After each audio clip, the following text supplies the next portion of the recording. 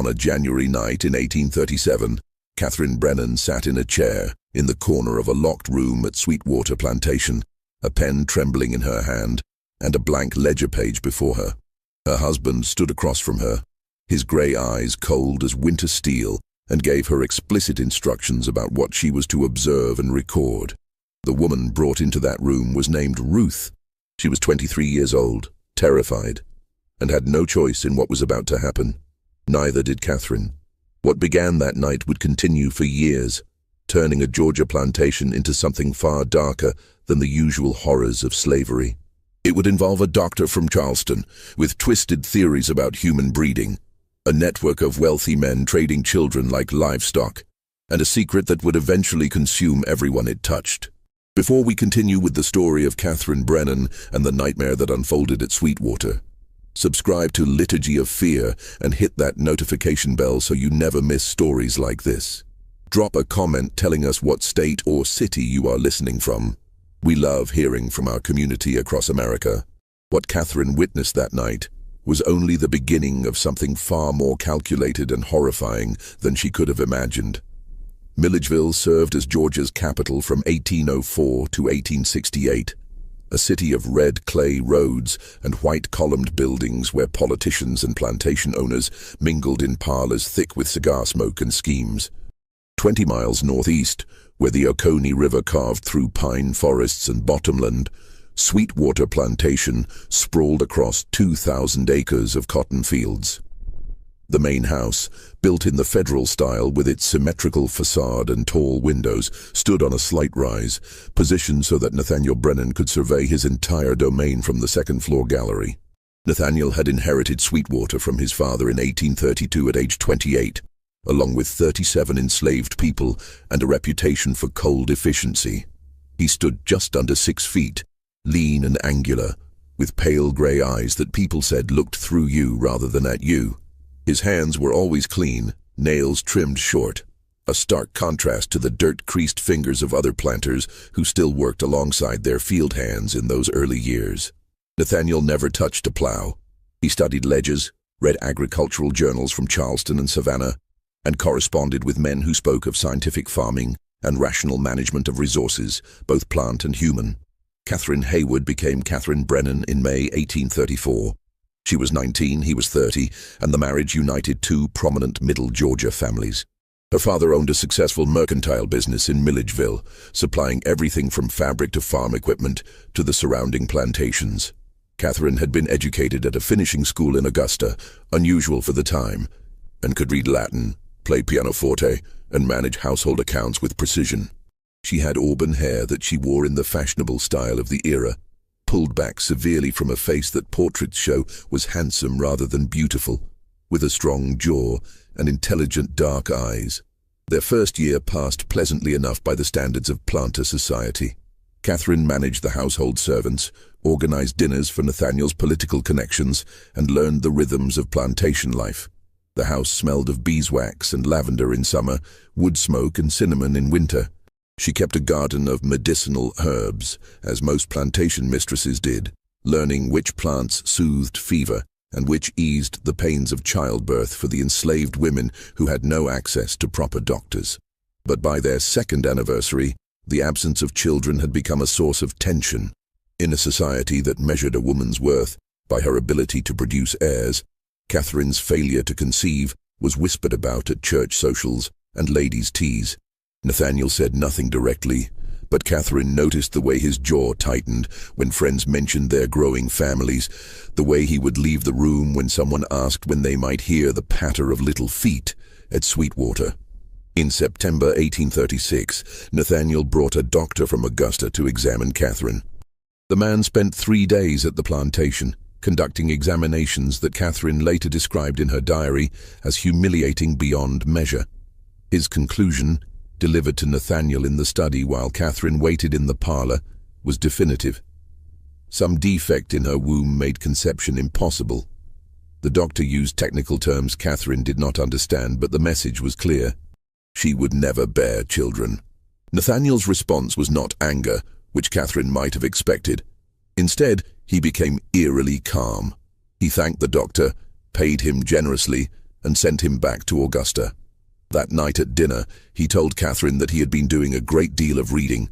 He had corresponded with men in Charleston who were studying what they called natural philosophy, the science of heredity and breeding. If Catherine could not give him an heir through natural means, he would pursue alternative methods. Methods that were, he assured her, perfectly legal under Georgia law and widely practiced, if not widely discussed, throughout the South. Catherine understood immediately what he meant. The practice was indeed common, though rarely acknowledged openly. Planters who wanted to increase their labor force without the expense of purchasing more slaves would father children through enslaved women. These children, inheriting their mother's status regardless of their father's race, would themselves become property. Some planters kept these arrangements discreet, others were blatant about it. But what Nathaniel proposed went far beyond the usual exploitation. He wanted her involved. He wanted her present. He wanted her to document everything. The first woman Nathaniel selected was named Ruth, 23 years old, tall and strong from years of field work. On a cold January night in 1837, Nathaniel had Ruth brought to a room on the east side of the main house, a room that had once been used for storing linens, but which he had converted for this purpose. He ordered Catherine to be present, to observe, to take notes on Ruth's physical characteristics, her health, her demeanor. Catherine's diary entry from that night was brief, the handwriting shaky. "God forgive me, I did as he commanded. I sat in the corner with pen and paper while my husband destroyed what remained of my dignity and Ruth's humanity." She did not cry out. I think that was the worst part, the silence. But Nathaniel's plan was even more elaborate than Catherine initially realized. Over the following weeks, she discovered that he had been reading extensively about the theories of selective breeding being discussed in agricultural journals and medical societies. These theories, which would later be recognized as the pseudoscientific racism that underpinned slavery's most horrific aspects, suggested that human beings could be improved through careful selection of breeding pairs, just as one might breed horses or cattle for desirable traits. Nathaniel had decided to conduct an experiment. Spring of 1837 brought unseasonable warmth to Baldwin County. The dogwoods bloomed early, filling the woods around Sweetwater with white blossoms that fell like snow in the slightest breeze. Catherine walked among them one morning in late March, crushing petals beneath her boots, trying to find some fragment of peace in the natural world, because there was none to be found within the walls of her home. Ruth was pregnant. Catherine had confirmed it herself, recognizing the signs she had once hoped to see in her own body. Nathaniel received the news with satisfaction, making a notation in the leather-bound book he had begun keeping, a ledger separate from the normal plantation records. Catherine glimpsed it once when he left it on his desk. The pages were ruled into columns with headings that made her stomach turn. Physical characteristics, estimated intelligence, projected value, disposition, breeding potential. But Ruth was only the first. In April, Nathaniel selected another woman, Grace, who was just 19. Then in May, a woman named Dinah who worked in the kitchen. Catherine was required to be present each time, to observe and record. She developed a system of dissociation, a way of separating her mind from what her eyes witnessed. She would focus on irrelevant details. A crack in the plaster wall, the sound of night insects outside the window, the smell of lamp oil burning low, anything but the horror unfolding before her. The other enslaved people at Sweetwater knew what was happening, of course. How could they not? The women who were selected moved through their daily work with hollowed eyes. The men who were husbands or brothers or friends could do nothing, their rage forced into silence by the ever-present threat of violence or sale. The plantation's atmosphere changed. Where there had been the usual rhythms of forced labor and coerced cooperation, now there was something darker, a tension that hummed beneath every interaction. And then, in July, a visitor arrived who would transform Nathaniel's private obsession into something far more systematic and sinister. Dr. Cornelius Hargrove came to Sweetwater on a Thursday afternoon, his carriage rattling up the oak-lined drive trailing red dust. He was affiliated with the Medical Society of South Carolina in Charleston, though Catherine later learned his credentials were murky at best. Hargrove was in his 50s, portly, with mutton-chop whiskers and soft hands that had probably never delivered a difficult birth or set a broken bone. His specialty, he explained over dinner that first evening, was what he called anthropological medicine, the study of racial characteristics and their transmission through bloodlines. Nathaniel had been corresponding with Hargrove for months, ever since reading one of the doctor's papers in a Charleston medical journal. The paper, titled Observations on the Hereditary Transmission of Physical and Mental Characteristics in the Negro Race, proposed that through careful documentation and selection, planters could cultivate more valuable enslaved populations. It was pseudoscience of the vilest sort, but it was taken seriously in certain circles, published in respectable journals, discussed in the parlors of educated men who believed they were advancing human knowledge. Hargrove stayed at Sweetwater for 3 weeks that summer. He examined every enslaved person on the plantation, measuring skulls with brass calipers, recording the texture of hair, the shape of noses, the color of eyes. He conducted interviews, though calling them that dignified the process too much. He asked questions designed to assess intelligence and temperament, then recorded his conclusions in dense paragraphs filled with scientific-sounding terminology. Catherine was required to assist him, to hold his instruments, to record his measurements in a separate ledger he had brought. She watched him work with growing horror. He showed particular interest in the children already born at Sweetwater, measuring them with the same cold precision, making predictions about their future value and utility. He discussed them as if they were a crop to be cultivated, variables in an experiment to be optimized. In the evenings, Hargrove and Nathaniel would sit in the study, door closed, voices low. Catherine learned to listen at the door, though what she heard made her wish for ignorance. They were planning something larger than Nathaniel's initial project. Hargrove knew other planters, he said, men of vision who understood that the future of Southern prosperity lay in scientific management of their human property. A network could be established, information could be shared.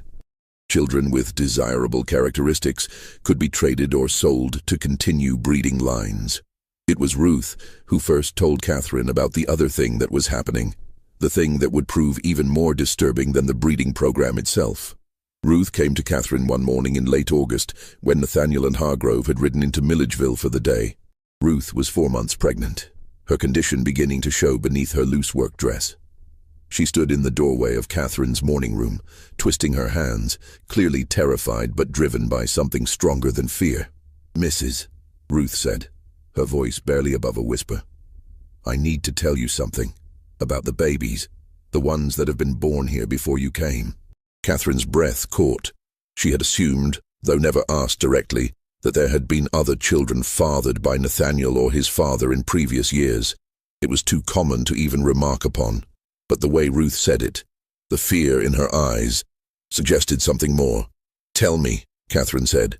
"Master Brennan, he'd been selecting certain babies," Ruth continued, "the ones with lighter skin or different eyes or other things Dr. Hargrove looking for. After they born, after their mamas recover, men come in wagons at night, take the babies away, tell the mamas they being sold, but they don't never say where. And Mrs., we ask other folks at neighboring plantations when we allowed to visit, and none of them ever see these babies. They just gone." The room tilted. Catherine gripped the arm of her chair. "How many?" she managed to ask. "I don't know exact, Mrs. Maybe 20, 25 over the years. Started before the old Master Brennan died, but it gotten more since Dr. Hargrove started coming around." Catherine dismissed Ruth with a shaking hand and sat alone in her morning room as sunlight crept across the floor. She thought of the ledger Nathaniel kept, the one with columns for projected value. She thought of Hargrove's network of planters, his talk of optimizing bloodlines, and she understood with sudden, sickening clarity that what was happening at Sweetwater was not just about producing more enslaved workers for profit. It was something else entirely. Something that treated human children as experimental subjects, as merchandise to be distributed according to some grand design that existed only in the twisted logic of men who believed science sanctified their atrocities. That night, when Nathaniel returned from Milledgeville, Catherine confronted him. It was the only time in their marriage she directly challenged him. She asked about the children, about where they went, about what he and Hargrove were really doing.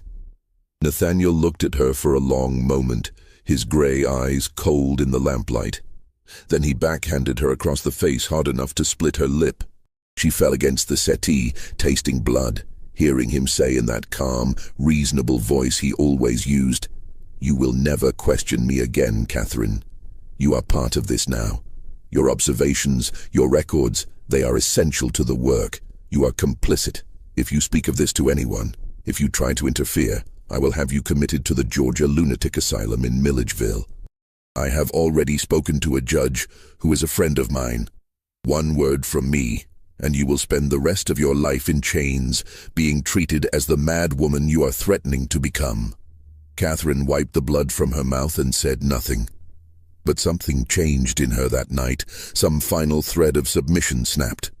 If she was complicit, if she could not escape or expose this without destroying herself, then she would find another way. She would become something other than a victim. She would become an instrument of justice, slow and careful and deadly. The late summer of 1837 brought storms that hammered the Georgia Piedmont with rain and lightning. Cotton crops rotted in the fields throughout Baldwin County. Planters gathered at the courthouse in Milledgeville, their voices tight with worry about markets and yields and the labor required to salvage what they could. Nathaniel attended these meetings, playing the part of concerned neighbor, while privately his attention remained fixed on his experiment, which weather could not interrupt. Grace gave birth in September to a boy with unusually light skin and eyes that would eventually settle into a gray-green shade.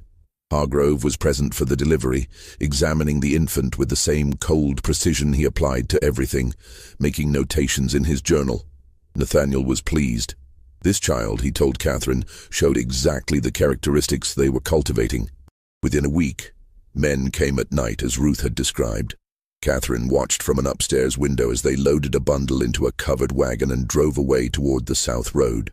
Grace was given 2 days to recover, then sent back to the fields. She moved like something broken, her milk-swollen breasts bound tight beneath her dress, her eyes focused on nothing. Catherine had begun her own documentation by then. While Nathaniel and Hargrove kept their official records, Catherine started a secret diary that went beyond simple observation. She recorded the women's names, their children's names, approximate dates of birth. She noted which children disappeared and tried to piece together patterns. She also began studying the medicinal herbs in her garden with new purpose, reading through the books her mother had given her about natural remedies and their properties. She paid particular attention to plants with cumulative effects, substances that might cause illness gradually over time, impossible to distinguish from natural ailments. Foxglove, for instance, which grew wild in the woods around Sweetwater. In small doses, it could strengthen a failing heart. In slightly larger doses, administered regularly, it could cause weakness, confusion, nausea. Slowly poisoning someone without detection required patience and precision. Catherine had both. By October, Ruth gave birth to a girl. This child had darker skin, more typical features. Nathaniel seemed disappointed. Hargrove examined the baby and made his notations, his tone suggesting this one was less valuable to their purposes. No men came for this child. She stayed with Ruth, given the name Martha. Catherine felt obscene relief that this baby, at least, would remain with her mother, even though remaining meant a life of enslavement at Sweetwater. Dinah's labor came in November and went badly. The baby, a boy, was born dead. Dinah hemorrhaged, and despite Catherine's attempts to help, died 3 days later. Catherine cleaned the blood from Dinah's quarters herself, her hands shaking as she scrubbed. She had genuinely tried to save Dinah, had used every skill she possessed, but it was not enough. The guilt was crushing. She had stood by and watched Dinah be violated, had recorded it in Nathaniel's ledger, and now the woman was dead. Catherine vomited into a bucket in the laundry room and emerged with her face carefully composed, because showing weakness was not permitted at Sweetwater. Nathaniel seemed more annoyed by the loss than grieved. He had invested time and resources in Dinah's pregnancy, and the result was nothing. He made a notation in his ledger about complications to avoid in future selections. Hargrove suggested examining Dinah's body to determine the cause of failure. But Nathaniel overruled him. The enslaved community needed to see at least the pretense of respect for their dead, he said, or there would be problems with morale and efficiency. They buried Dinah in the small cemetery behind the quarters, a plot marked with wooden crosses and rough stones. Catherine attended the burial, standing apart from the enslaved people who sang hymns in low voices. She watched Ruth holding baby Martha, watched the way the women touched Grace's shoulder in silent solidarity, watched the men standing with fists clenched and faces carefully blank. She felt their hatred directed at her as much as at Nathaniel, and she did not blame them. She was complicit. She had done nothing to stop any of this, but she was preparing. Each week she collected small amounts of foxglove leaves, drying them carefully, grinding them to powder. She added them in tiny quantities to Nathaniel's evening whiskey, not enough to make him obviously sick, just enough to make him feel poorly, to gradually weaken him. She told herself it was justice. She told herself she was doing what had to be done. The truth was more complicated. She was becoming something she did not recognize, driven by rage and guilt and a desperate need to strike back at the man who had turned her into a witness to atrocities.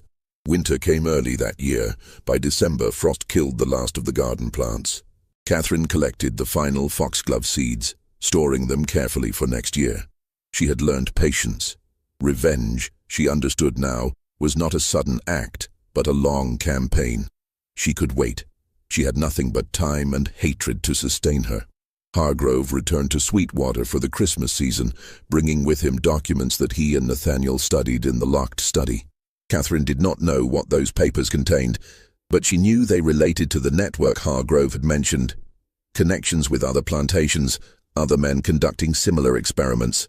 She imagined a web spreading across the South, children being moved like chess pieces, all in service of some grand theory about racial purity and scientific progress that was really just cruelty dressed in academic language. On Christmas Eve, the enslaved people were given a holiday as was customary. They gathered in the quarters for their own celebration, such as it could be under the circumstances.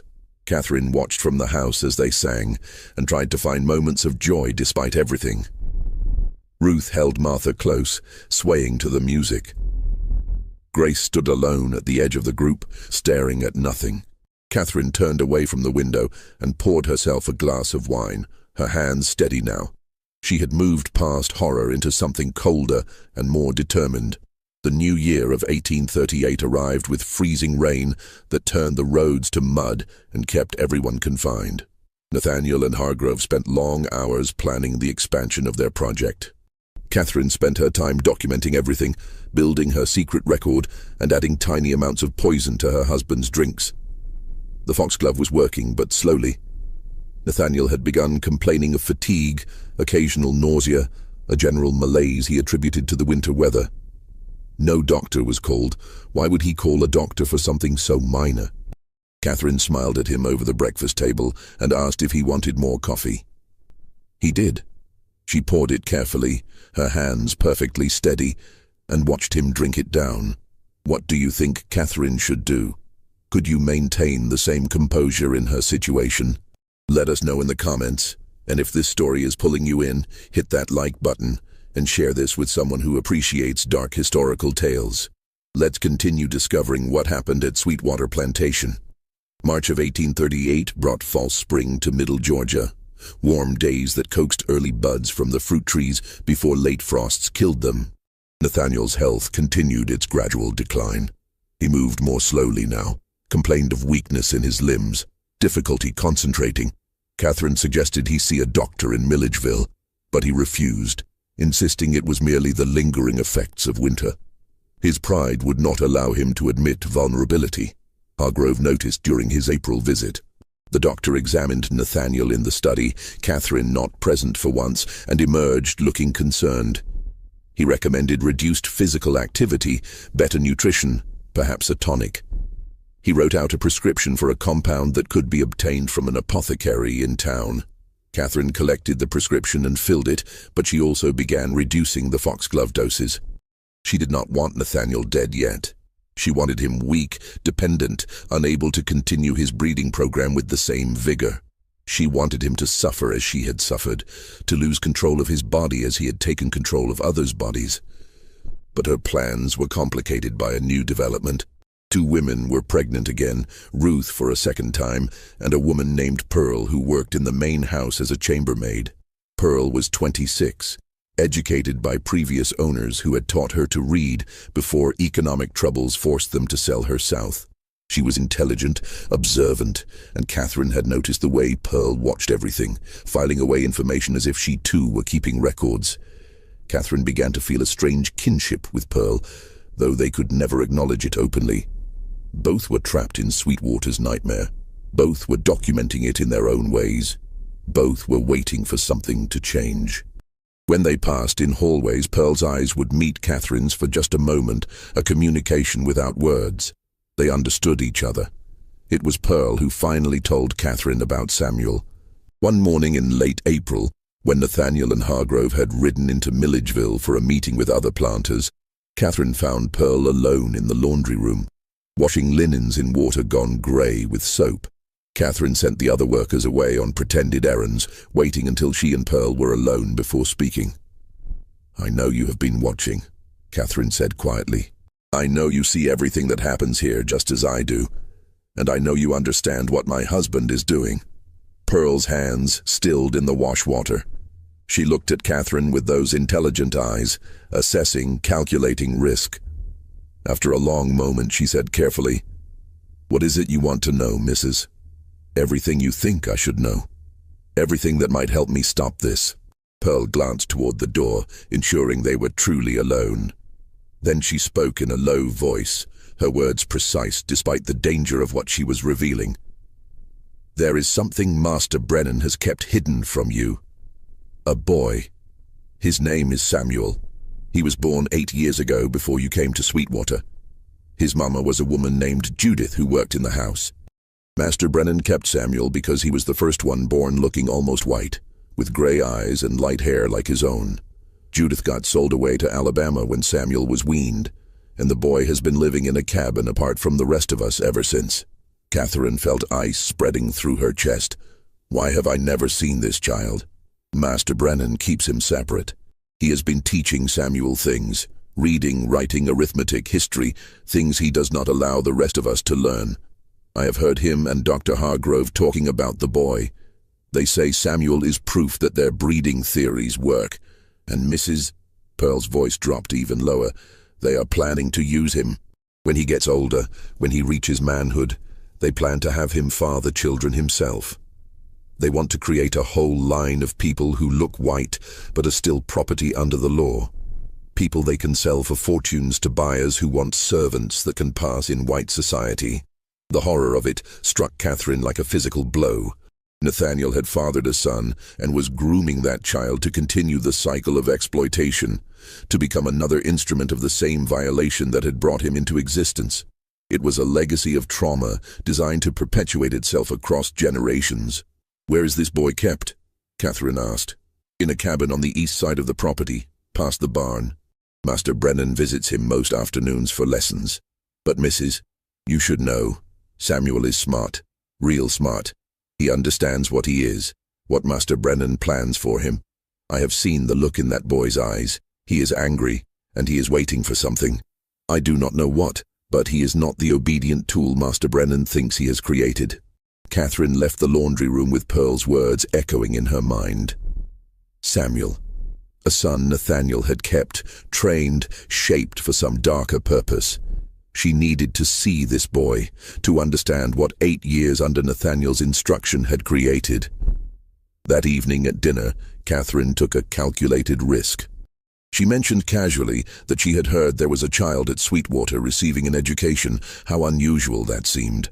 Nathaniel's fork paused halfway to his mouth, his gray eyes fixing on her with sudden sharpness. "Where did you hear that?" His voice was controlled, but she heard the warning beneath it. "Servants talk," Catherine said with practiced indifference. "I pay attention to my household." Nathaniel set down his fork with deliberate care. "Samuel is part of the project, an experiment in potential. He demonstrates what careful selection and proper training can produce. I would like to meet him." "No." Catherine met his gaze steadily. "I have been present for every other aspect of this work. I have documented births, recorded characteristics, witnessed things that will haunt me until I die. Why should I not meet this child who is apparently so important to your vision? The silence stretched between them like a physical thing. She could see him calculating, weighing whether her request posed any real threat. His illness had made him more cautious, less certain of his control. Finally, he nodded once. Tomorrow afternoon. But you will observe only. You will not speak to him unless I permit it, and you will certainly not interfere with his education. The next day dragged with anticipation that bordered on dread. Catherine moved through her morning tasks mechanically, her mind focused on the coming meeting. When Nathaniel finally came to collect her after the midday meal, she followed him across the yard toward a cabin set apart from the slave quarters. It was better built than the others, with glass windows instead of shutters and a small porch with actual steps. Inside, the space was spare but clean. A narrow bed in one corner, a table with 2 chairs, shelves holding books that Catherine recognized from Nathaniel's own library, and at a small desk near the window, a boy sat working through arithmetic problems on a slate, his handwriting neat and precise. Samuel looked up when they entered. Catherine's breath caught. The resemblance to Nathaniel was unmistakable in the angular face, the set of the jaw, those pale grey eyes. But his skin was lighter than she had expected, light enough that in different clothes, in a different context, he might pass unquestioned in white society. His hair was brown with golden undertones falling across his forehead as he studied them. "Samuel, this is Mrs. Brennan," Nathaniel said. His voice carried a tone Catherine had never heard before, something almost like pride. The boy stood smoothly, executing a formal bow that spoke of careful instruction. "Good afternoon, Mrs. Brennan." His diction was perfect, without the dialect that marked most enslaved people's speech. Someone had worked hard to train that out of him. "It is good to meet you, Samuel," Catherine managed. She wanted to say more, wanted to ask him questions, wanted to understand what this child thought and felt behind that carefully neutral expression. But Nathaniel was watching her closely. For the next half hour, Nathaniel demonstrated Samuel's abilities like a man showing off a prized horse. The boy read passages from books well beyond what most 8-year-olds could manage. He worked through mathematical problems with ease. He answered questions about history and geography with accuracy that suggested hours of study. And through it all, his face remained a mask, revealing nothing. When they finally left, walking back toward the main house, Nathaniel spoke with barely contained satisfaction. "You see, he is proof that the theories are sound. With proper breeding and education, exceptional results are possible.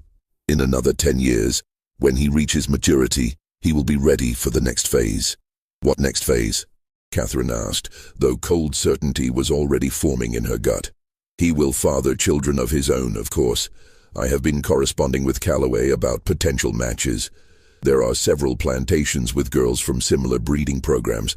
We will create pairings based on optimal characteristics. Samuel's children will represent the culmination of everything we have learned." Catherine stopped walking.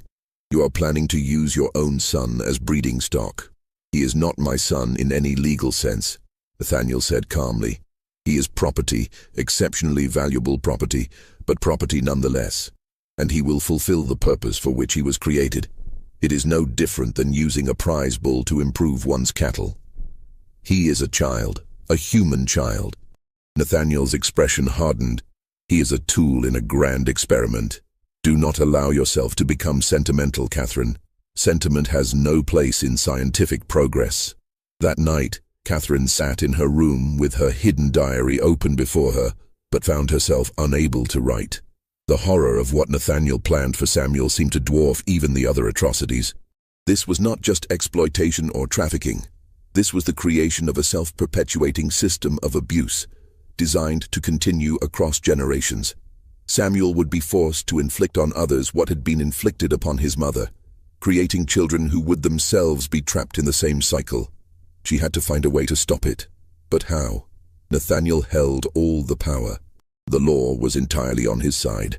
Even if she somehow managed to help Samuel escape, where would he go? How would a light-skinned child of ambiguous status survive in a world that demanded clear categories? The answer, when it came to her, was both simple and terrible.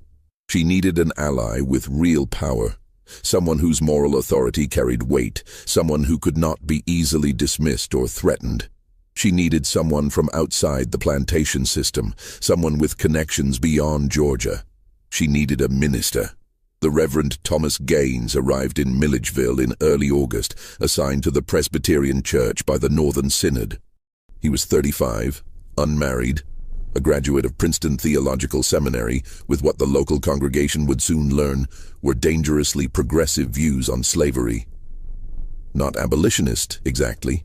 He was too careful for that, but he preached about Christian duty, about treating all people as children of God, about the spiritual dangers of absolute power. Catherine attended his first sermon and sat in the Brennan family pew, listening as he spoke about the parable of the Good Samaritan, with emphasis that made several plantation owners shift uncomfortably. After the service, she approached him in the receiving line, introduced herself with perfect propriety, and mentioned that she would value his counsel on some difficult spiritual matters. Reverend Gaines had intelligent brown eyes that seemed to see more than people wanted to reveal. "I would be honored, Mrs. Brennan. Shall I call at Sweetwater?" "That would be most appropriate," Catherine said, aware of Nathaniel watching from across the church lawn. "My husband and I would be pleased to receive you." The minister's first visit came the following Tuesday. Catherine had prepared carefully, ensuring that Nathaniel would be present for the initial meeting, that everything would appear perfectly normal and proper. They sat in the front parlor, drinking tea, discussing theology and church matters with the careful politeness of strangers establishing boundaries. But when Reverend Gaines asked if he might tour the plantation to better understand the lives of his potential congregants, Catherine saw her opening. Nathaniel could hardly refuse without appearing suspicious, so he agreed with poorly concealed reluctance. Catherine led the tour with Nathaniel trailing behind, his breathing labored from the exertion. She made sure they passed the slave quarters at a time when people would be visible. Ruth was there, holding little Martha, now a year old. Grace stood at her cabin door, that hollow look in her eyes that never changed. Pearl moved between buildings, her pregnancy now obvious, her movements careful and deliberate.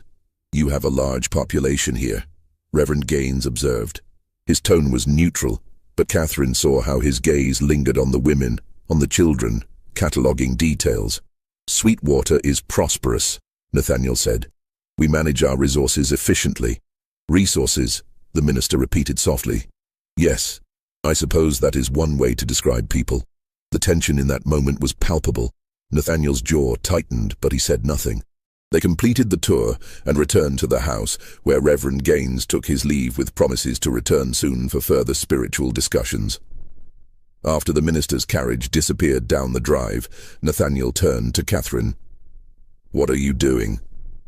"Seeking spiritual guidance," Catherine said calmly. "Is that not what a Christian woman should do?" "You have made me party to many things, Nathaniel. My conscience requires counsel." "Be careful, Catherine. Very careful." But the minister did return, again and again, over the following weeks. Sometimes Nathaniel was present for their discussions, sitting in his study as they talked theology. Other times, Nathaniel's increasing fatigue kept him to his room, and Catherine met with Reverend Gaines alone in the parlor with Pearl serving tea, her presence a silent reminder of what they were really discussing. Catherine was careful. She never spoke directly about the breeding program, never made explicit accusations. Instead, she asked theoretical questions. What was a Christian's duty when witnessing sin? What should one do when complicit in evil but powerless to stop it? How did one balance obedience to earthly authority against obedience to divine law? Reverend Gaines was equally careful in his responses, but Catherine could see understanding dawning in his eyes. He began asking his own questions, gentle and indirect, about the children at Sweetwater, about their fathers, about what happened to babies born on the plantation. Catherine answered with vague gestures and meaningful silences, letting him piece together the truth. In mid-September, Pearl went into labor. It happened in the afternoon, sudden and hard. Catherine attended the birth as she always did now, her presence required by Nathaniel, even though he himself stayed away from the actual delivery. Pearl labored for 6 hours, her face slick with sweat, her hands gripping the bed frame until her knuckles went white. When the baby finally came, a girl with skin lighter than Pearl's but darker than Samuel's, Catherine wrapped the infant and placed her in her mother's arms. "Her name is Grace," Pearl said, her voice hoarse from screaming. After the first one who lost everything, Catherine looked at this woman who had helped her, who had shared information at great risk, who had just endured agony to bring forth a child she might not be allowed to keep. "I will not let them take her," Catherine said quietly. "I promise you, Pearl. Whatever it costs me, I will not let them take this baby." It was a rash promise, perhaps an impossible one, but she meant it. She had stood by too long, witnessed too much. If she could not save all the children who had already been stolen, she could at least fight for this one. That night, Nathaniel came to inspect Pearl's baby. He brought his ledger, making his usual notations about characteristics and potential value. Catherine watched him with barely concealed rage. When he finished and turned to leave, she followed him to his study. "This one stays," Catherine said. Nathaniel looked up from his desk. "That is not your decision. I am making it my decision. Pearl's baby will not be sold. She will remain here with her mother. And if I disagree, then I will go to Reverend Gaines and tell him everything. Every detail of your breeding program, every child sold through Calloway's network, every aspect of your grand experiment. I will give him documentation with names and dates. I will destroy you, Nathaniel." It was a dangerous gambit. Nathaniel could still have her committed, could still silence her through force or institutionalization. But his illness had weakened him, and they both knew it. More importantly, Reverend Gaines's presence in Milledgeville had changed the calculation. The minister had connections to the Northern Church, to people who might actually listen if accusations were made by a clergyman rather than a supposedly hysterical woman. Nathaniel studied her for a long moment. "You think you have power here? You think you can dictate terms to me in my own house? I think we both have something to lose," Catherine said. "And I think you are practical enough to recognize a stalemate when you see one. Pearl's baby stays. That is the price for my continued silence." "One child. That is all you ask?" Catherine hesitated, then pressed further. "And no more women selected for your program. What has been done is done, but no more. You ask me to abandon years of work.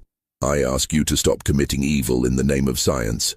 If you refuse, I will ensure that everything you have built comes crashing down, even if it destroys me in the process." The standoff lasted for days. Nathaniel said neither yes nor no, simply withdrawing into cold silence. Catherine held firm, continuing her meetings with Reverend Gaines, continuing to document everything in her hidden diary. Pearl remained in her cabin with baby Grace, suspended in uncertainty, not knowing whether the child would be taken in the night as so many others had been. Then, one evening in late September, everything changed. Just when we thought Catherine had gained some small measure of control over the horrors at Sweetwater, new complications emerge that will test her resolve and her courage to their absolute limits. If this story is gripping you, share it with someone who appreciates complex historical mysteries. Hit that like button and subscribe so you never miss our investigations into America's hidden past. The darkest revelations are still ahead. Reverend Gaines arrived at Sweetwater unannounced on a Thursday morning, his face grave. Catherine received him in the front parlor, immediately sensing that something had shifted. The minister waited until Pearl had served coffee and departed before speaking. "I have been making inquiries," he said quietly, "about the matters we have discussed.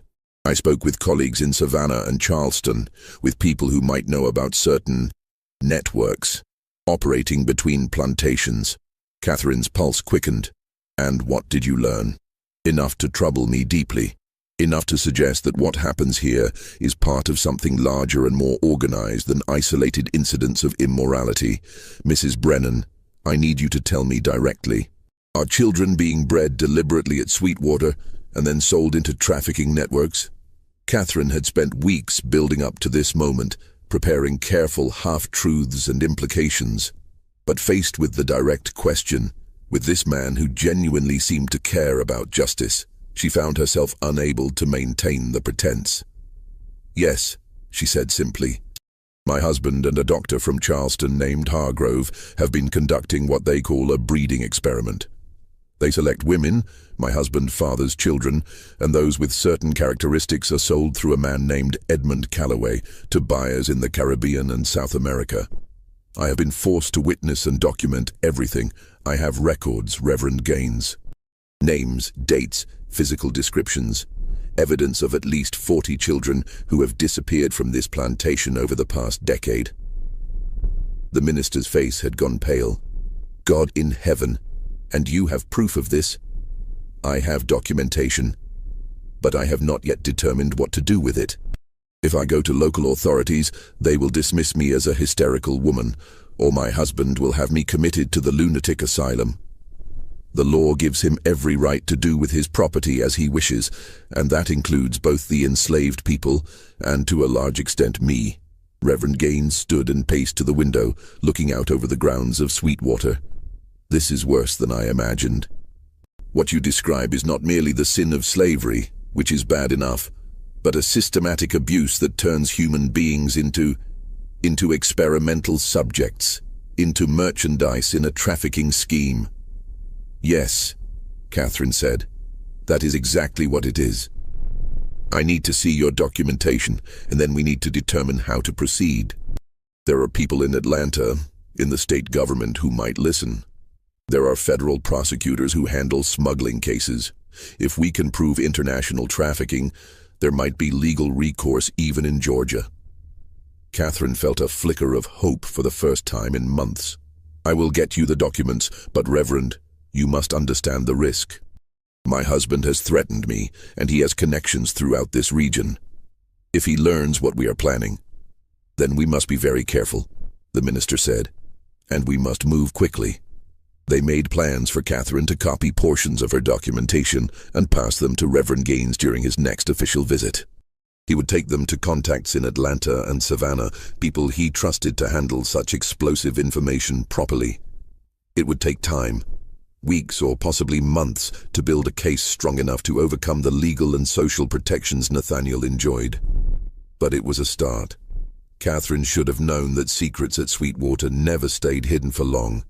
2 days after Reverend Gaines's visit, Catherine was in her morning room working on her needlework, a pretense of normalcy she maintained even as her mind raced with plans and possibilities, when Nathaniel entered without knocking. His face was flushed despite his usual pallor, his eyes bright with anger. "You have been corresponding with the minister," he said. It was not a question. Catherine's hand stilled on her embroidery. "He is our clergyman. Of course I speak with him. Do not play games with me, Catherine. I know what you are doing. I know you have been feeding him information about our private affairs." "Your affairs," Catherine corrected. "I have merely been seeking spiritual counsel on matters that trouble my conscience." Nathaniel crossed the room in 3 strides and gripped her wrist hard enough to bruise. "You will cease all contact with Reverend Gaines. You will not speak to him again, at church or anywhere else. You will not write to him. You will not continue whatever scheme you have concocted." Catherine met his eyes steadily, refusing to flinch though his grip was painful. "Or what, Nathaniel? Will you lock me away? We have had this conversation before. I have taken precautions. If anything happens to me, if I suddenly disappear or fall mysteriously ill, information will reach people you cannot control." "You think yourself so clever," Nathaniel hissed. "But you forget that I control everything in this house, every person, every action, every breath you take." He released her wrist and she resisted the urge to rub the reddened skin. After he left, Catherine sat very still, thinking through the implications. Nathaniel knew she was working against him, which meant he would be watching her more carefully, making it harder to pass information to Reverend Gaines. She needed another way to communicate, another channel that Nathaniel could not easily monitor. The answer came from an unexpected source. That evening, Samuel appeared at the kitchen door asking for Pearl. It was unusual. The boy rarely approached the main house. But when Pearl emerged, he spoke to her in a low voice, pressed something into her hand, and departed quickly. Pearl found Catherine later and showed her what Samuel had given her, a folded piece of paper with careful handwriting. The message was brief. I know what my father plans for me. I want to help stop him. I can carry messages. He does not watch me closely." Catherine stared at the note, her heart pounding. Samuel, 8 years old, was offering to become a courier in a conspiracy against his own father. The risk to him was enormous. If Nathaniel discovered it, the punishment would be severe. But it was also an opportunity she could not ignore. "Tell him yes," Catherine said to Pearl. "Tell him to be extremely careful, and tell him I am grateful for his courage." Through September and into October, a delicate network of communication developed. Samuel carried messages between Catherine and Reverend Gaines, hiding them in the books he borrowed from Nathaniel's library. Retrieving responses tucked into volumes he returned. It was slow and dangerous, but it worked. Catherine passed copies of her documentation page by page, and Reverend Gaines took them to his contacts in Atlanta. But the strain was showing on everyone. Pearl moved through her days with constant vigilance. Baby Grace always close, her eyes darting at every sound. Ruth had grown gaunt and silent, barely speaking even to other enslaved people. Grace continued her hollow existence, a ghost moving through the cotton fields, and Catherine felt the weight of responsibility crushing down on her. Every decision she made put others at risk. Every step forward increased the danger. The crisis came on a cool morning in mid-October. Catherine was in the garden, collecting the last herbs before the first hard frost, when she heard shouting from the direction of the slave quarters. She ran toward the sound and found Nathaniel in a rage, standing over Samuel, who was on his knees in the dirt. "Explain this." Nathaniel held up a piece of paper, one of Catherine's messages. Samuel must have dropped it or failed to hide it properly. The boy said nothing, his face a mask, even as blood trickled from his split lip where Nathaniel had struck him. Catherine forced herself to walk forward calmly, her heart hammering. "Nathaniel, what is happening?" "This boy," Nathaniel spat, "this ungrateful creature I have educated and sheltered, has been sneaking messages. Messages about my private business. Messages meant for that meddling minister." Catherine's mind raced. If Nathaniel knew about the messages, he would know she was behind them. The entire plan was compromised, but she could not let Samuel take the full punishment for following her orders. "I asked him to carry them," Catherine said clearly. "He was following my instructions." Nathaniel turned to her, his face purple with rage. "You admit it?" "I admit nothing except asking a child to perform a simple errand. If you have constructed some elaborate conspiracy in your mind, that is your concern, not mine. You have betrayed me. After everything, after all my warnings, you have conspired against me. I have sought spiritual counsel and shared my concerns with a minister of God. If you find that threatening, perhaps you should examine your own actions rather than condemning mine." The confrontation was building to something terrible. Catherine could see Nathaniel's hands shaking, could see the violence barely contained beneath his fury. Pearl had emerged from a nearby cabin, holding baby Grace, her face stricken with fear. Other enslaved people had stopped their work, watching from a safe distance. And then Nathaniel made his decision. "Samuel, go to your cabin and wait there. You will be dealt with later." To the overseer who had come running at the commotion, "Fetch Dr. Phillips from Milledgeville. My wife has been suffering from delusions and hysteria. It is time she received proper medical attention." Catherine felt ice flood through her veins. This was the threat Nathaniel had held over her since the beginning, the ultimate weapon he could deploy to silence her completely. Commitment to the Georgia lunatic asylum, where she would be locked away, possibly for years, possibly forever, labeled as insane and stripped of all credibility. "You cannot do this," Catherine said, fighting to keep her voice steady. "I can do whatever is necessary to protect my household and my interests," Nathaniel replied. "You have proven yourself incapable of rational thought. You have become a danger to yourself and to the proper order of this plantation. I'm acting out of concern for your welfare." The overseer had already departed toward the stable to saddle a horse. Within an hour, Dr. Phillips would be on his way from town. Catherine had perhaps 60 minutes to prevent the destruction of everything she had worked toward. She looked at Samuel still kneeling in the dirt, at Pearl holding baby Grace, at Ruth standing in her cabin doorway with Martha clinging to her skirts. At all the faces watching this confrontation, all the people whose lives would continue in suffering if she failed now. "I have documentation," Catherine said quietly, "of everything. Every woman you violated, every child born and stolen. Every transaction with Calloway, every conversation with Hargrove about your breeding experiments. I have names, dates, amounts paid. I have copied letters describing your international trafficking network. And I have given all of it to Reverend Gaines with explicit instructions to send copies to newspapers in Charleston, Savannah, and Atlanta, to the State Attorney General, to federal marshals, and to church authorities throughout the South if anything happens to me." Nathaniel's face went from purple to pale. "You are lying." "Am I?" Catherine walked closer to him, lowering her voice so only he could hear. "You taught me to observe, to document, to plan with patience. Did you truly believe I was doing that only for your benefit? I have been building a case against you for over a year. Every time you forced me to witness your crimes, I was recording them. Every conversation you had with Hargrove and Calloway that you thought I was not paying attention to, I was memorizing. Every child that disappeared in the night, I noted the date and description." "No one would believe you," Nathaniel said, but his voice had lost its certainty. "Perhaps not if I were alone, but Reverend Gaines believes me. And he has connections to people in Atlanta, in the federal government, in newspapers that are not controlled by plantation interests. Even in the South, Nathaniel, there are limits to what people will tolerate. Slavery is one thing. It is legal, sanctioned, woven into our economy.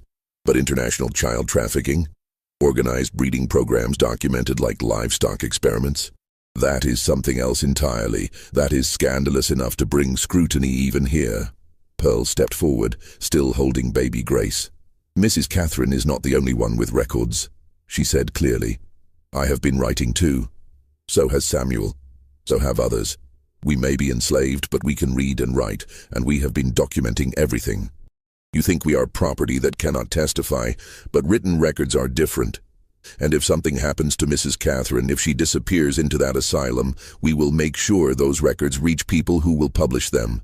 It was a tremendous risk for Pearl to speak so directly, but Catherine understood the strategy. This was not just Catherine's word anymore. This was multiple sources, multiple forms of documentation, a case that could not be easily dismissed as one woman's hysteria.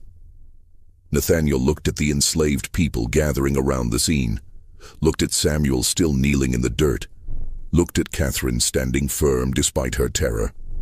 For the first time since Catherine had known him, he looked genuinely uncertain. "What do you want?" he finally asked. "I want you to stop," Catherine said. "Completely. No more women selected for breeding, no more children taken and sold, no more participation in Calloway's network. Samuel will continue his education but will be legally freed when he reaches 21 and documented in your will. The women who have born children here will be treated with basic humanity and their children allowed to remain with them. And you will live with what you have done, knowing that if you violate any of these conditions, everything becomes public. You ask me to dismantle everything I have built. I am not asking. I am telling you the price of avoiding scandal and prosecution. You can accept these terms. Or you can try to have me committed and discover whether my documentation reaches authorities before you can silence me. Those are your only choices." The standoff lasted for an eternal moment. The morning sun had climbed higher, making shadows shorter, but the scene felt frozen in time. Everyone present understood they were witnessing something unprecedented. An enslaved woman speaking truth to a master, a wife threatening her husband with evidence of his crimes, a conspiracy that crossed every social boundary. Nathaniel's face worked through a series of expressions: rage, calculation, frustration, and finally a cold resignation. "Very well," he said at last. "But understand this, Catherine, you have won a battle, not the war. We will live here together in this stalemate, and I will make sure you suffer for this betrayal in every way I can devise that does not violate your explicit conditions. You will remain my wife, trapped in this house, complicit in everything that has already been done. That guilt will eat at you for the rest of your life." "Yes," Catherine agreed quietly. It will. I will carry the weight of what I witnessed and did not stop quickly enough. I will bear that burden until I die. But at least no more children will be stolen. At least the horror stops here today. That is the only redemption available to me. Nathaniel turned and walked back toward the main house, his gait unsteady, the morning's confrontation having clearly exhausted him. Catherine watched him go, then turned to Samuel. "Stand up," she said gently. The boy rose, wiping blood from his lip. His grey eyes, so like his father's, met hers with an expression far too old for an 8-year-old. "Thank you, Mrs. Catherine," he said softly. "You were brave," Catherine told him. "Too brave for a child to need to be. I am sorry for the position I put you in." "I wanted to help," Samuel said. "I know what he planned for me. I know what I was supposed to become." He paused, then added with quiet intensity, "I will not be what he wanted. I will not continue this. I promise you that." Catherine nodded, not trusting herself to speak. She looked at Pearl, at baby Grace sleeping in her mother's arms, at Ruth and Martha watching from their cabin. The enslaved community had witnessed everything, had seen one of their own speak directly to the master, had seen a white woman threaten her husband on their behalf. It changed nothing about their legal status, nothing about the fundamental injustice of their situation. But perhaps it offered some small measure of hope that resistance was possible, that the powerful were not entirely untouchable. When the overseer returned later that afternoon to report that he had been unable to find Dr. Phillips in town, Nathaniel simply waved him away. The crisis had passed. The asylum was no longer part of the plan. What remained was exactly what Catherine had described: a stalemate, a cold war within the walls of Sweetwater Plantation, two people bound together by shared crimes and mutual hatred, living out their days in a hell of their own creation. The years that followed were years of grey survival. Nathaniel kept his word because he had no choice, but he made Catherine's life miserable in every way his position permitted. He spoke to her only when absolutely necessary. He excluded her from all social events, telling friends she had become reclusive due to delicate health. He controlled her access to money, to correspondence, to everything beyond the immediate grounds of Sweetwater. But the breeding program stopped. No more women were selected, no more children were taken in the night. Pearl raised baby Grace in relative peace, teaching her daughter to read in secret, passing on skills that might someday lead to freedom. Ruth kept Martha close, finding some measure of comfort in watching her daughter grow. Grace continued her broken existence but was at least spared further violation. Samuel continued his education, but now Catherine participated in it openly, bringing him books, teaching him herself when Nathaniel's increasing illness prevented regular lessons. She watched the boy grow from 8 to 10 to 12, watched intelligence sharpen into keen perception, watched anger mature into determination. He would keep his promise, she knew. He would not become what Nathaniel had intended. Nathaniel's health declined steadily. The damage Catherine's foxglove poisoning had done to his heart was irreversible. By 1841, he could barely manage the stairs without stopping to rest. By 1842, he had largely withdrawn to his study, managing the plantation through overseers and written instructions. Catherine did not gloat over his deterioration. She felt nothing for him anymore, neither hatred nor pity, just a cold emptiness where emotion used to live. Reverend Gaines remained in Milledgeville, a steady presence and a reminder that the documentation still existed, that the threat of exposure remained real. Calloway's network had indeed collapsed when federal authorities raided a plantation in South Carolina for smuggling violations and found records of the child trafficking operation. Several planters fled the country. Hargrove disappeared, presumably to the Caribbean, where many slaveholders went when things became too hot in the States. Catherine knew her victory was partial at best. The children who had already been taken were gone forever, lost in the slave markets of Cuba and Brazil, their fates unknown and unknowable. Grace would never recover from what had been done to her. Ruth would always carry the grief of her stolen son, and Catherine herself would always bear the guilt of having waited so long, of having been complicit for months before finally acting. In March of 1843, Nathaniel died. The doctor said heart failure, which was accurate enough. He was 39 years old. They buried him in the family cemetery with minimal ceremony. Catherine stood at the grave in her black mourning dress and felt nothing except relief that it was over. His will, written in the final year of his life, left Sweetwater to Catherine with specific provisions about Samuel's education and eventual manumission at age 21. It was perhaps the only decent thing Nathaniel had ever done, acknowledging this son in the only way the law permitted, ensuring he would eventually gain freedom. Catherine suspected it was motivated less by love than by a desire to prove his theory had merit, that Samuel could succeed as a free man and thus validate the entire experiment. But the motivation did not matter. The result was what counted. Catherine lived on at Sweetwater for 11 more years. She never remarried.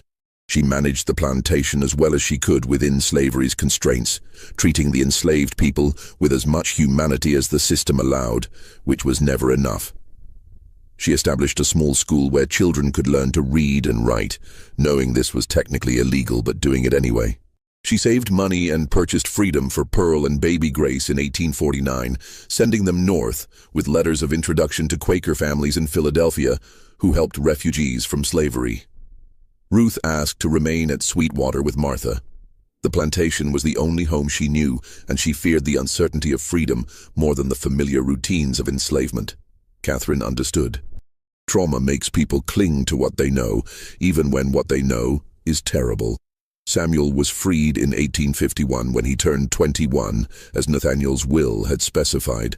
Catherine gave him money for travel, letters of introduction, and a copy of all the documentation about his origins.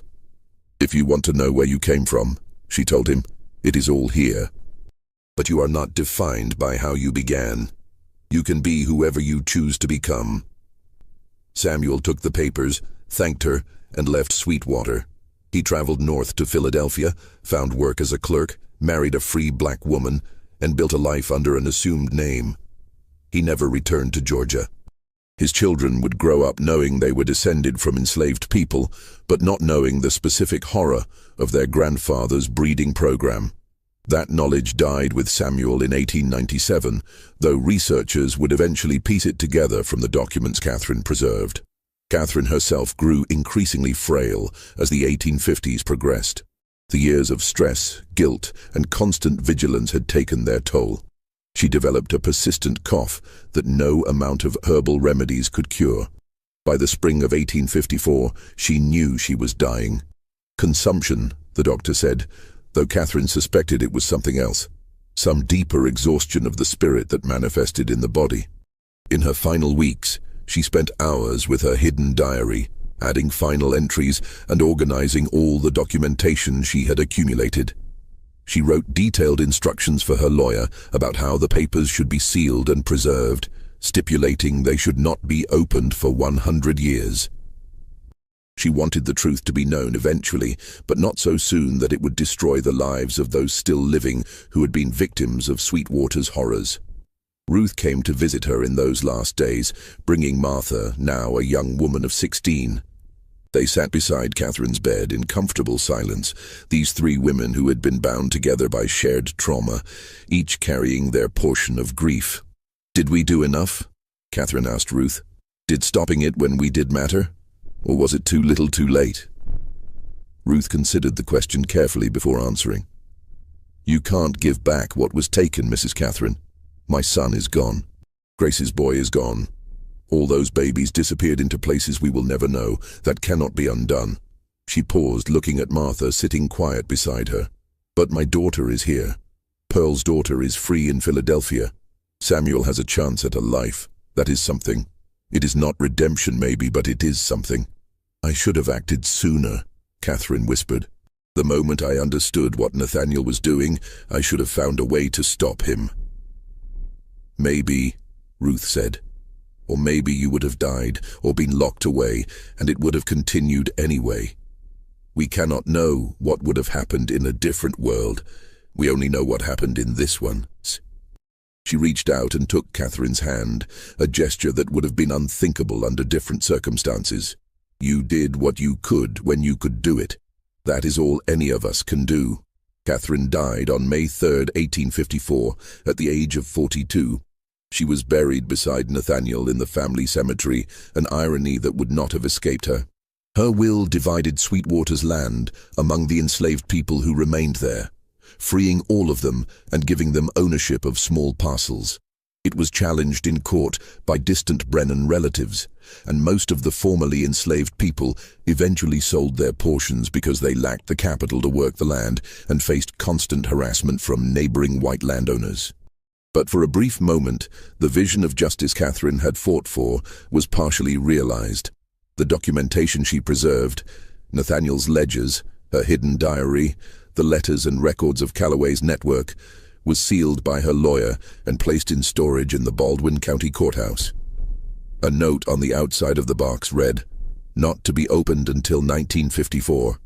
County clerks transferred it from storage room to storage room over the decades, its contents forgotten by everyone except a few archivists who maintained the courthouse records. The main house at Sweetwater burned in 1867, 2 years after the Civil War ended. Whether it was accident, arson by former enslaved people, or deliberate destruction by Catherine's heirs who could not bear what the place represented, no one recorded. The slave quarters were gradually dismantled, their lumber used for other buildings. The land was subdivided and sold to small farmers. The cemetery was neglected, overgrown with brambles and kudzu. By the early 20th century, few people in Baldwin County remembered that Sweetwater Plantation had ever existed. It became one of thousands of forgotten places where slavery's horrors had unfolded, its specific crimes lost to time and deliberate forgetting. Until 1954. A historian from the University of Georgia named Margaret Fletcher was researching antebellum plantation records for her dissertation. She was in the Baldwin County Courthouse, going through old property records, when she found the sealed box with its century-old instruction. Curious, she brought it to the county clerk's attention. After confirming that the 100-year seal period had passed, they opened it. What they found shocked even researchers accustomed to slavery's documentation. Catherine's diary was the most damaging, written in increasingly erratic handwriting but with precise details about dates, names, and transactions. Nathaniel's ledgers provided cold scientific notation of his breeding program. Letters between Hargrove, Calloway, and Nathaniel laid out the full scope of the trafficking network. And Pearl's hidden records, written in tiny script on whatever scraps of paper she could find, provided the enslaved people's perspective on what they had endured. Dr. Fletcher initially did not want to publish what she had found. The material was too disturbing, too inflammatory. But her advisors convinced her that this was exactly the kind of primary source documentation that needed to be preserved and studied, no matter how painful. Her dissertation, completed in 1956, included extensive excerpts from the Sweetwater documents. It was published by a university press in 1958 under the title Sweetwater, a case study in scientific racism and domestic trafficking in antebellum Georgia. The book caused controversy. Some historians praised it for its unflinching examination of slavery's pseudo-scientific justifications. Others criticized it as sensationalistic or accused Fletcher of focusing on extreme cases that were not representative of typical plantation management. Descendants of the Brennan family tried unsuccessfully to suppress publication, arguing it defamed their ancestors. But the documentation was real. The crimes had happened. And slowly, over the following decades, other researchers began finding similar evidence at other plantations, proof that what happened at Sweetwater was not unique, but part of a broader pattern of systematic exploitation masked by the language of science and progress. Samuel's descendants learned about their family's origins when Fletcher's book was published. His grandson, Robert Cunningham, Samuel had taken his wife's maiden name when they married, was a physician in Philadelphia. He read the book and finally understood why his grandfather had never spoken about his childhood, why he had seemed to carry such profound sadness beneath his successful life. Robert wrote to Fletcher, thanking her for preserving the truth even though it was painful, and he provided family records that helped researchers trace what had happened to Samuel after he left Georgia. Pearl's granddaughter, a teacher in Boston, also contacted Fletcher after reading the book. She shared stories that Pearl had told her family about Sweetwater, about Catherine, about the resistance that happened in whispers and coded messages. These oral histories, combined with the written documentation, created a fuller picture of how enslaved people survived and resisted, even in the most horrific circumstances. Ruth's descendants were harder to trace. Martha had remained in Georgia, married, and had children, but the family had scattered during the early 20th century's Great Migration north. Some researchers believe they located Martha's great-granddaughter in Detroit in the 1970s, but the connection was never definitively proven. Grace, the woman whose suffering had been so visible to Catherine, left no descendants. She died of pneumonia in 1862, still enslaved, still carrying the trauma of what had been done to her. Her name appears in Catherine's diary 47 times, always with notations about her condition, her silence, her hollowed-out existence. She represents the countless victims whose stories were not preserved, whose suffering left no mark except in the memories of those who witnessed it. The story of Sweetwater forces us to confront uncomfortable truths about American history. It shows how evil can be rationalized through the language of science and progress. It demonstrates how systems of oppression operate not just through open violence, but through bureaucratic organization, careful documentation, and networks of cooperation among people who believed they were advancing human knowledge. It reveals the limited options available even to privileged women when they found themselves complicit in atrocities they had no legal power to stop. Catherine Brennan was not a hero in any simple sense. She waited too long. She was complicit in suffering she documented, but did not immediately resist. She benefited from the same slave system that enabled Nathaniel's crimes. Her eventual resistance came only after she had witnessed unspeakable horrors and failed to prevent them. But she also preserved evidence that would otherwise have been destroyed. She risked her freedom and possibly her life to stop what she could stop. She used what limited power she possessed to save at least some children from trafficking. And she ensured that the truth would eventually be known, even if it took a century for that knowledge to emerge. The land where Sweetwater stood is now divided among several small farms and a section of Oconee National Forest. Hikers occasionally stumble across the old cemetery, though the markers are mostly illegible now, covered in lichen and cracked by a century and a half of weather. The stone foundation of the main house is still visible if you know where to look, slowly being consumed by kudzu and Virginia creeper. There is no historical marker noting what happened here. No memorial to the women who were violated, the children who were stolen, the lives destroyed by Nathaniel's experiments and Catherine's delayed intervention. The place itself has been forgotten by everyone except a handful of specialists who study the darkest corners of slavery's history. But the documents remain, carefully preserved now in the University of Georgia's Special Collections Library.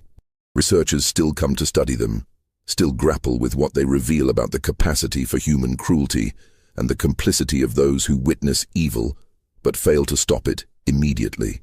Students read excerpts in history classes, confronting the reality that the past was worse than they imagined, that the crimes of slavery extended far beyond what textbooks typically acknowledge. And Samuel's story, Pearl's story, Ruth's story, and Catherine's story continue to be told, imperfect and disturbing as they are, because forgetting would be worse than remembering. The truth, no matter how painful, serves as a warning about what happens when power is unchecked, when human beings are treated as property, when science is perverted to justify atrocity. This is the story of Sweetwater Plantation. Not a ghost story or a tale of supernatural horror, but something far more terrifying.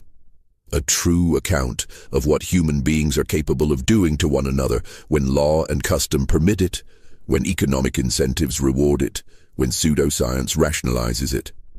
The real horror is not that such things happened in some distant, unimaginable past.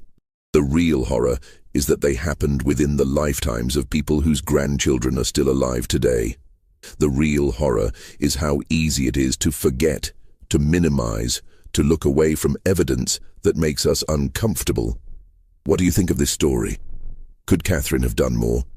Should we judge historical figures by the standards of their time or by universal moral principles? How do we reckon with the fact that many people benefited from systems they knew were wrong but felt powerless to change? These are questions without easy answers, but they are questions we must continue to ask. If this investigation into America's hidden history affected you, subscribe to Liturgy of Fear and hit that notification bell so you never miss our deep dives into the past's darkest corners. Share this video with others who want to understand the truth about slavery beyond what textbooks teach. Leave your thoughts in the comments. We read them all, and your perspectives add to our collective understanding of these difficult histories. These stories are uncomfortable, but they are necessary. Only by confronting what really happened can we ensure it never happens again. Thank you for listening, and we will see you in the next investigation into the mysteries and horrors of American history.